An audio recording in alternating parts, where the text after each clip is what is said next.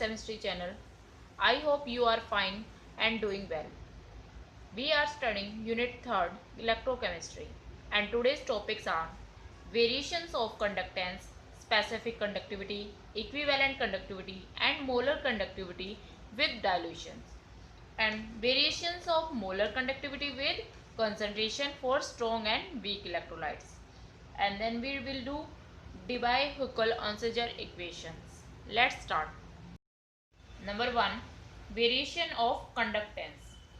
Conductance हमने पढ़ी हुई क्या थी कि कितना इलेक्ट्रिसिटी का फ्लो होता है वहाँ पर सॉल्यूशन में, इलेक्ट्रोलाइट जो हमने डाला उसके सॉल्यूशंस में कितनी इलेक्ट्रिसिटी की पास करने की टेंडेंसी है, दैट इज कंडक्टेंस. और जो कंडक्टेंस है आपने पढ़ा वो इलेक्ट्रोलाइट के केस में किस वजह से होती है, ड्यू टू आयंस. ये हमने पढ़ रखा है. ठीक है, अब देखो ये मैंने एक सॉल्यूशन लिया, जैसे इलेक्ट्रोलिटिक सॉल्यूशन ले लिया. ठीक है, अभी ये ऐसे अगर मैं इसमें डाइल्यूट कर दूँ इसको, यानी कि हमने क्या ऐड कर दिया इसके अंदर, वाटर ऐड कर दिया. ठीक है, तो सॉल्यूशन तो उतना ही है, वाटर और ऐड कर दिया इसके अंदर. ठीक है, इतना. तो अब होगा क्या, देखो जो वाटर के मॉलिक्यूल्स हैं वो भी स्पेस ले लेंगे इस तरह से इनके बीच बीच में, तो ये आयंस क्या है, दूर दूर हो जाएंगे. जो इलेक्ट्रोलाइट हमने डाला था उसके आयंस दूर दूर हो जाएंगे. तो जैसे कि हमने बात की थी कि Na पॉजिटिव Cl नेगेटिव है, जितना स्पेस ज़्यादा होगा इनमें तो इनके कम चांस है पास में आके वापस मॉलिक्यूल बनाने के. एक तो बात ये होगी, यानी कि आयंस जो है बहुत दूर दूर हो जाएंगे वाटर मॉलिक्यूल के आने की वजह से, तो इनमें इंट्रैक्शन होके फिर से मॉलिक्यूल बनने के चांस कम हो जाएंगे. तो ठीक है, ये तो एक NaCl का एग्जांपल है. और अदर भी जो है आपको पता है कि एसिटिक एसिड है, जैसे CH3COH वीक इलेक्ट्रोलाइट होता है ना. जब हमने बात की H CO नेगेटिव और H पॉजिटिव इस तरह से टूट जाता है. जब इनके बीच में स्पेस कम होता है तो ये आपस में फिर से जुड़कर क्या बना जाते हैं, एसिटिक एसिड फिर से बना देते हैं.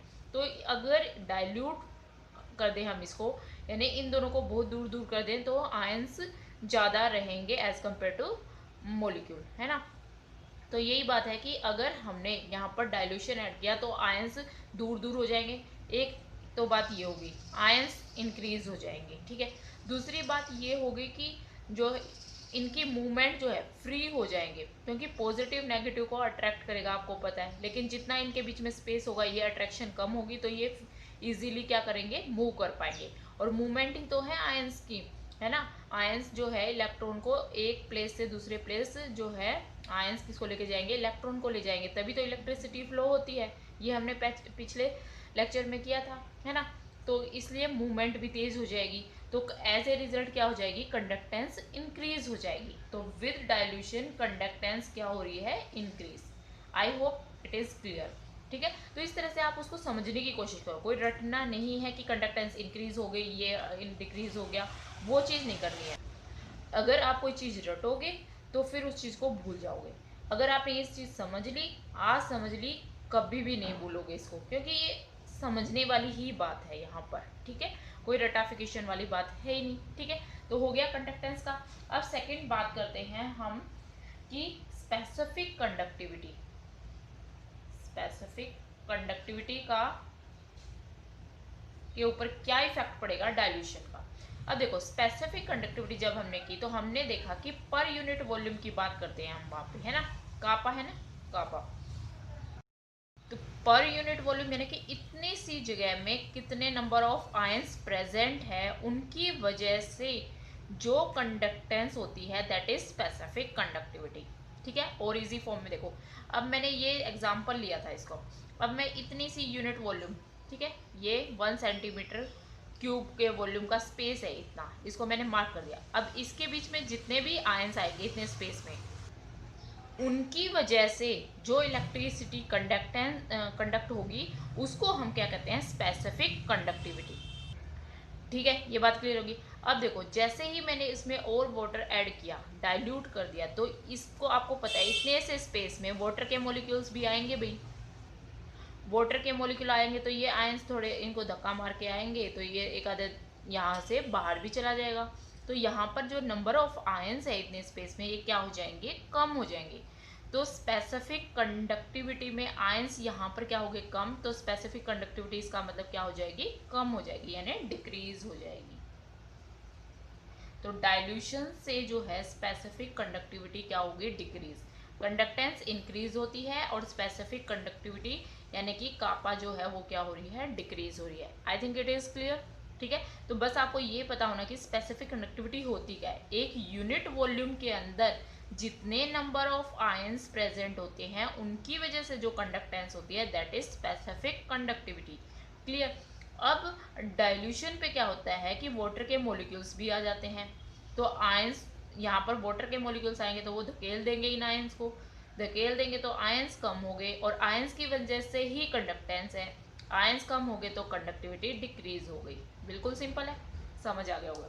ठीक है, थर्ड देखो, मोलर कंडक्टिविटी और equivalent conductivity, molar conductivity and equivalent conductivity, इसको लैम्डा एम से डिनोट करते हैं ना, मोलर, और लैम्डा इक्विवेलेंट। क्लियर। अब देखो लैम्डा एम आपने पढ़ा है कि कापा इनटू में v बाय मोलैरिटी, ये फॉर्मूला हमने बार बार में किया है। ठीक है, ऐसे ही लैम्डा इक्विवेलेंट के केस में क्या किया था हमने, कापा इनटू v बाय नॉर्मेलिटी। ठीक है, v वॉल्यूम है, कापा स्पेसिफिक कंडक्टिविटी है। अब आपने स्पेसिफिक कंडक्टिविटी का रोल तो देख लिया कि डाइल्यूशन पे स्पेसिफिक कंडक्टिविटी डिक्रीज होती है, तो ये चीज डिक्रीज हो रही है, ये डिक्रीज हो गई है तो आप ये मानोगे कि लैम्डा इक्विवेलेंट भी डिक्रीज होगी। लेकिन यहाँ पर एक बात देखो कि ये वॉल्यूम भी है और डाइल्यूशन अगर हम कर रहे हैं तो इसका मतलब हम क्या कर रहे हैं, वॉल्यूम इंक्रीज कर रहे हैं, यही बात है कि नहीं, है ना। तो वॉल्यूम ये हम ज़्यादा इंक्रीज कर रहे हैं।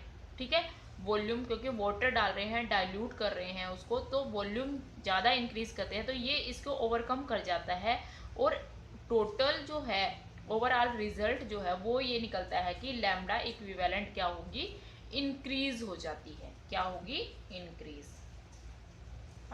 ठीक है, क्योंकि वॉल्यूम इंक्रीज हो रहा है, वॉल्यूम इंक्रीज होगा तो लैम्डा इक्विवेलेंट भी इंक्रीज होगी, लेकिन ये डिक्रीज होता है, लेकिन ये इसके कंपैरिजन में कम डिक्रीज होता है, तो इसका ओवरऑल यही रिजल्ट निकलता है कि लैम्डा इक्विवेलेंट इंक्रीज हो जाती है। ठीक है, या आप बिल्कुल इस केस में भी देखो, एक बार फिर मैं दोबारा बताती हूँ, मोलैरिटी है बस इसमें डिफरेंस, बाकी तो सारा सेम है ना। तो यहीं पे यह बात यहाँ पे आ जाती है कि वॉल्यूम इंक्रीज हो रहा है तो लैम्डा एम भी इंक्रीज होगी। इससे तो आपको ये समझ आ गया, लेकिन अगर आपको ये डाउट है इसमें तो आप इसको ऐसे भी समझ सकते हैं कि देखो लैम्डा इक्विवेलेंट या लैम्डा मोलर में हम क्या बात करते हैं कि 1 ग्राम इक्विवेलेंट और इसमें 1 मोलर की बात, यानी कि अमाउंट जो है सब्सटेंस की वो तो वही रहेगी, इसमें तो 1 इक्विवेलेंट सब्सटेंस रहेगा और इसमें क्या है 1 मोलर ही सब्सटेंस रहेगा। लेकिन फ़र्क क्या आ जाएगा, डाइल्यूशन जब हम कर देंगे उस सब्सटेंस का, आयंस तो उतने ही रहेंगे, ठीक है, 1 मोलर है और इसमें 1 इक्विवेलेंट ही है, लेकिन जब डाइल्यूट कर देंगे ये आयंस दूर दूर हो जाएंगे, इनकी स्पीड बढ़ जाएगी, आपस में इंट्रैक्शन कम होगी तो क्या बढ़ गई, इनकी स्पीड बढ़ गई। तो यही बात है, अगर व्हीकल की आप स्पीड बढ़ा दोगे तो एक प्लेस से दूसरे प्लेस में वो क्या है, बहुत जल्दी पहुंच जाएगा। वही बात है, इलेक्ट्रिसिटी क्या है, कंडक्टेंस है, मतलब फ्लो ऑफ इलेक्ट्रॉन है, तो इलेक्ट्रॉन का फ्लो अगर हम इंक्रीज कर देंगे तो वो स्पीड किसकी वजह से, स्पीड अगर व्हीकल की इंक्रीज कर रहे हैं तो हम क्या कर रहे हैं, इसका मतलब आयंस की स्पीड इंक्रीज कर रहे हैं एक तरह से, तो वो एक आपका जो अपने टारगेट तक जल्दी पहुंच जाएगा, तो इलेक्ट्रिसिटी जल्दी आपकी पहुंच जाएगी, यानी कि इंक्रीज हो जाएगी कंडक्टेंस। तो I think it is clear. तो लैम्डा इक्विवेलेंट और लैम्डा मोलर कंडक्टिविटी जो है आपकी क्या होगी, increase. Variation of molar conductivity with concentration, अब हमें मोलर कंडक्टिविटी को कंसंट्रेशन के साथ कैसे वो वेराइज करेगी वो देखना है। देखो दो टाइप के होते हैं इलेक्ट्रोलाइट, एक तो होते हैं स्ट्रॉन्ग इलेक्ट्रोलाइट और वीक इलेक्ट्रोलाइट, है ना। अब पहले हम देखते हैं स्ट्रॉन्ग इलेक्ट्रोलाइट के केस में क्या होता है। देखो अगर कंसंट्रेशन लो है, लो कंसंट्रेशन, तो ये जो है एक साइंटिस्ट थे डिबाई, उन्होंने क्या किया, एक इक्वेशन दी कि इसके अकॉर्डिंग जो है मोलर कंडक्टिविटी जो है वेराइज करती है। कैसे? Lambda M C is equal to lambda M naught minus A root C. यहाँ पर क्या है? लैम्डा एम सी यानी at a particular concentration molar conductivity क्या है? At a particular concentration lambda M, molar conductivity क्या है? लैम्डा नोट एम, ये क्या है अभी? Molar conductivity at infinite volume, infinite volume या इनफाइनाइट डाइल्यूशन,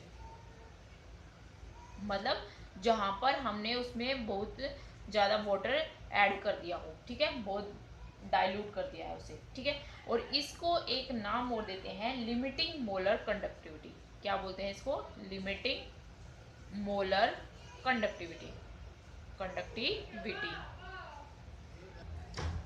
ए क्या है यहाँ पर? ए कांस्टेंट है जो कि डिपेंड करता है जो हमने इलेक्ट्रोलाइट लिया है उसके नेचर पे, टाइप ऑफ इलेक्ट्रोलाइट, और सोलवेंट जो हमने सोलवेंट लिया है, और टेम्परेचर। इन तीनों चीज़ों पे डिपेंड करता है ए क्या है? कांस्टेंट है विच depend upon the nature of electrolytes, it's solvent और टेम्परेचर। क्लियर? और सी आपको पता ही है क्या है? कंसंट्रेशन, ठीक है, ये कंसंट्रेशन है हमारे इलेक्ट्रोलाइट की। क्लियर? अब देखो ये एक लीनियर इक्वेशन है, आपने फिजिक्स या मैथ में आपने की होगी इस तरह से। लीनियर इक्वेशन है, अगर हम इसको यानी कि लैम्डा एम सी को अगर रूट सी यानी कंसंट्रेशन जो है उसके प्रोपोर्शनल अगर हम ग्राफ प्लॉट करते हैं तो आपको पता है तो एक लीनियर ग्राफ आएगा, क्योंकि ये लीनियर इक्वेशन है ना। और ए जो है यहाँ पर क्या शो करेगा? स्लोप को शो करेगा, और ये आपका इंटरसेप्ट हो जाएगा, ठीक है। अगर मैं इसको ऐसे बताऊं आपको कि यहाँ पर अगर मैंने क्या लिया, लैम्डा एम किसी भी पर्टिकुलर कंसंट्रेशन पे, और यहाँ पर हमने क्या ली है? कंसंट्रेशन बैलेंस, तो इस तरह से आपको क्या है? एक लीनियर ग्राफ मिलेगा। और यहाँ पर ये जो स्लोप है ये ए जो है वैल्यूज को देगा, और इसका इंटरसेप्ट जो है वो किसको देगा? लैम्डा एम नोट को, यानी कि इसको यहाँ तक ये जो है आपका इंटरसेप्ट हो जाएगा। क्लियर? यही होता है। अब एक्चुअल में होता क्या है, ये तो की बात लो कंसंट्रेशन पे। लो कंसंट्रेशन पे तो ये ऐसे मतलब बन जाता है ग्राफ, लेकिन और हायर कंसंट्रेशन पे थोड़ा सा मतलब लीनियर ना रह के थोड़ा सा इस तरह से होता है। क्लियर? थोड़ा सा चेंजेस हो जाते हैं इसके अंदर, क्योंकि हाई कंसंट्रेशन पे क्या होगा? उसकी इंटर आयनिक जो इंट्रैक्शन होती है सोलवेंट मॉलिक्यूल्स की वो ज़्यादा होती है, तो उसका भी इफेक्ट पड़ता है आयंस की मूवमेंट पर, ठीक है। वो अभी हम डिटेल में अभी पढ़ रहे हैं, ठीक है। इसको आपको आई थिंक इतना क्लियर होगा, इसको मैं रफ कर देती हूँ, दोबारा ग्राफ बना के फिर सब समझाती हूँ। अब देखो बहुत ही आसान है अगर आप इसको समझने की कोशिश करेंगे तो। देखो क्या करना है, हम बात कर रहे हैं स्ट्रॉन्ग इलेक्ट्रोलाइट। स्ट्रॉन्ग इलेक्ट्रोलाइट का एक तो बात आपको ये समझ आती है कि जैसे कि ए भी अगर स्ट्रॉन्ग इलेक्ट्रोलाइट है तो वो कम्प्लीटली डिसोशिएट हो जाता है आयंस पे, ए पॉजिटिव बी नेगेटिव में, जैसे ही सॉल्यूशन में जाएगा, ठीक है। अब आयंस तो हमारे पास उतने ही रहेंगे, ठीक है। अब क्या होगा? कंसंट्रेशन अगर कम है, ठीक है, कंसंट्रेशन का मतलब क्या होता है भाई? अमाउंट ऑफ सोल्यूट कितना प्रेजेंट है, वही है ना, डिपेंड किस पे करती है? अमाउंट ऑफ सोल्यूट, यानी कि जो हमारा इलेक्ट्रोलाइट है। तो लो कंसंट्रेशन है, हाई कंसंट्रेशन का मतलब आयंस जो है क्लोजली पैक्ड है पर यूनिट वॉल्यूम। देखो नंबर ऑफ आयंस, इसको ऐसे समझ लो, पर यूनिट वॉल्यूम, एक इतने से स्पेस के अंदर कितने नंबर ऑफ आयंस प्रेजेंट है, दैट इज कंसंट्रेशन। बिल्कुल सिंपल फॉर्म में अगर हम यहाँ की के अकॉर्डिंग करें तो ये बात होगी, ठीक है। लो कंसंट्रेशन का मतलब कि यहाँ पर आयंस जो है इस यूनिट वॉल्यूम में कम है। हाइयर कंसंट्रेशन का मतलब ये आयंस बढ़ जाएंगे, यानी कि क्लोजली पैक्ड होते हैं इस तरह से, बहुत ज़्यादा, ये हाइयर कंसंट्रेशन होगी इसका मतलब। तो इस यूनिट वॉल्यूम में नंबर ऑफ आयंस जो हैं वो बढ़ जाएंगे, किसमें? अगर कंसंट्रेशन हाई है, और कम होंगे अगर कंसंट्रेशन लो है, यही बात होती है। ओके, अब देखो अगर लो कंसंट्रेशन है तो क्या होगा? अब इंट्रैक्शन कम होंगे आयंस के बीच में, क्योंकि दूर दूर होंगे आयन, ठीक है, एक यूनिट वॉल्यूम में, यानी कि कंसंट्रेशन कम है तो थोड़े थोड़े आयन होंगे यहाँ पर, तो आप दूर दूर होंगे, तो इसका मतलब इंट्रैक्शन कम होगी। लेकिन ज़्यादा अगर आयंस होंगे, कंसंट्रेशन ज़्यादा होगी तो क्लोजली पैक्ड होंगे आयंस, तो उनके अंदर आपस में इंट्रैक्शन ज़्यादा होगी। ठीक है, पॉजिटिव नेगेटिव तो है ही, इंट्रैक्शन है तो आपस में क्लोजली पैक्ड हो जाएंगे। ठीक है, यही बात है। तो मूवमेंट इनकी कम होगी अगर कंसंट्रेशन हाई है, तो अगर मूवमेंट ज़्यादा होगी जब लो कंसंट्रेशन है, तो इसका इफेक्ट तो हो गया। तो अगर देखो इसका ग्राफ अगर मैं प्लॉट करूँ, मान लो हमने कोई एग्जांपल ले लिया, NaCl है, KCl है, इस तरह के, तो इनमें K पॉजिटिव और Cl नेगेटिव आयंस हो गए। ठीक है, तो अगर मैं प्लॉट करूँ तो ग्राफ इस तरह से आएगा।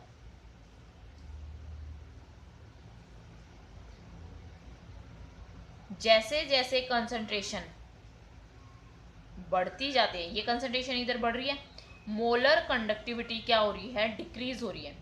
बिल्कुल ज़्यादा लीनियर भी नहीं होता, ऐसे ऐसे होता है, थोड़ा सा ज़्यादा इफेक्ट नहीं होता। क्यों नहीं होता अभी बताती हूँ। देखो इस तरह का ग्राफ आएगा, जैसे जैसे कंसंट्रेशन, इस तरफ कंसंट्रेशन इंक्रीज हो रही है, और ये जो है हमारी मोलर कंडक्टिविटी है, ये क्या हो रही है, डिक्रीज हो रही है। स्ट्रॉन्ग इलेक्ट्रोलाइट है तो क्या होगा, आयंस तो मतलब स्टार्टिंग में ही जितने हैं टूट जाएंगे, पूरे के पूरे उतने ही रहेंगे, बस उनकी इंट्रैक्शन की बात हो जाएगी, स्पीड की बात हो जाएगी। यानी कि अगर स्पीड ज़्यादा है तो कंडक्टेंस थोड़ी सी ज़्यादा हो जाएगी, और स्पीड कब ज़्यादा होगी, जब हमारी कंसंट्रेशन कम होगी। तो थोड़ा सा इंक्रीज इसीलिए आया है यहाँ पर स्ट्रॉन्ग इलेक्ट्रोलाइट के केस में, क्योंकि ये क्या हो गए, आयंस की स्पीड बढ़ गई है। बस आयंस तो उतने ही हैं, स्ट्रॉन्ग इलेक्ट्रोलाइट है उतने ही आयंस रहेंगे, चाहे लो कंसंट्रेशन हो या स्ट्रॉन्ग हाई कंसंट्रेशन हो। ठीक है, लेकिन सिर्फ ये जो चेंजेस आया है कि लो कंसंट्रेशन पे मोलर कंडक्टेंस ज़्यादा हो गई, और यहाँ पर जो हायर कंसंट्रेशन है मोलर कंडक्टेंस कम है, वो only due to the their speed, ions की स्पीड पे। और वो स्पीड किस लिए, क्योंकि इनके बीच में इंट्रैक्शन कम हो जाता है लो कंसंट्रेशन पे। I think clear. ठीक है, अब लेकिन वीक इलेक्ट्रोलाइट की अगर हम बात करें, वीक इलेक्ट्रोलाइट के केस में क्या हुआ, देखो जैसे कि एग्जांपल ले लेते हैं, एसिटिक एसिड CH3CO है, कैसे टूटेगा भाई, CH3CO negative plus H positive, इस तरह से एरो दिखा देंगे, क्योंकि उसमें मोलिक्यूल्स भी होंगे और इसके आयंस भी होंगे, क्योंकि ये वीक इलेक्ट्रोलाइट है, कम डिसोशिएट होता है। जैसे ही ये दोनों को मौका मिलेगा ये आपस में क्लोजली पैक्ड हो जाएंगे और इसमें वापस कन्वर्ट हो जाएंगे, यही बात होती है। अब देखो हम फिर से बात करते हैं कंसंट्रेशन पे, लो कंसंट्रेशन और हाई कंसंट्रेशन। अगर हाई कंसंट्रेशन है तो आपको पता है ये क्या होंगे, आयंस जो है क्लोजली पैक्ड होंगे, पास पास में होंगे, पास में होंगे तो क्या हो जाएंगे भाई, क्या हो जाएंगे, आपस में फिर से बाइंड हो जाएंगे और इस तरह आ जाएंगे, है ना। तो स्पीड भी कम हो गई, आयंस भी कम हो गए, आयंस कम हो गए, आयंस कम हो गए, तो हम क्या कह सकते हैं, उसकी कंडक्टिविटी क्या होगी, कम होगी। आयंस की वजह से तो है कंडक्टिविटी, तो कंडक्टिविटी क्या कम होगी, यानी कि हायर कंसंट्रेशन पे तो क्या है, कंडक्टिविटी कम है। अब अगर जैसे जैसे कंसंट्रेशन को हम लो करते जाते हैं, यानी कि डाइल्यूट करते जाते हैं उसे, है ना, कंसंट्रेशन लो करना मतलब आयंस तो उतने ही है, बस उसमें हमने वाटर ऐड कर दिया, तो अब क्या होगा, ये आयंस क्या होंगे, अब दूर दूर चले जाएंगे। ठीक है, इस तरह से दूर दूर चले जाएंगे। जब ये दूर दूर होंगे तो बहुत कम चांस है कि ये मॉलिक्यूल्स बने, तो आयंस के ज़्यादा चांस है रहने की। जितने आयंस ज़्यादा होंगे उतने ही मोलर कंडक्टिविटी क्या होगी, ज़्यादा हो जाएगी। तो इसलिए जैसे जैसे हम कंसंट्रेशन बढ़ाते हैं तो मोलर कंडक्टिविटी बढ़ती जाती है, इस तरह से। ठीक है, इस तरह का ग्राफ आता है। क्विक जो है, आप एक मिनट, इंक्रीज होता है इस तरह से। ठीक है, ये एसिटिक एसिड का है, तो इस तरह से इंक्रीज होता है। क्लियर, आई थिंक आपको क्लियर हो गया होगा। स्ट्रॉन्ग इलेक्ट्रोलाइट में तो आपका क्या होगा, हाइयर कंसंट्रेशन पे होगी तो कम इसमें भी, लेकिन इतना ज़्यादा लो कंसंट्रेशन होगी, यानी कि जितना डाइल्यूट करते जाएंगे उतना उतना इंक्रीज नहीं होगा जितने होना चाहिए। ठीक है, स्लाइटली इंक्रीज होगा, क्यों, क्योंकि स्ट्रॉन्ग इलेक्ट्रोलाइट है, आयंस तो इंक्रीज हो ही नहीं रहे हैं, सिर्फ क्या हो रही है, उनकी स्पीड इंक्रीज हो रही है डाइल्यूशन की वजह से।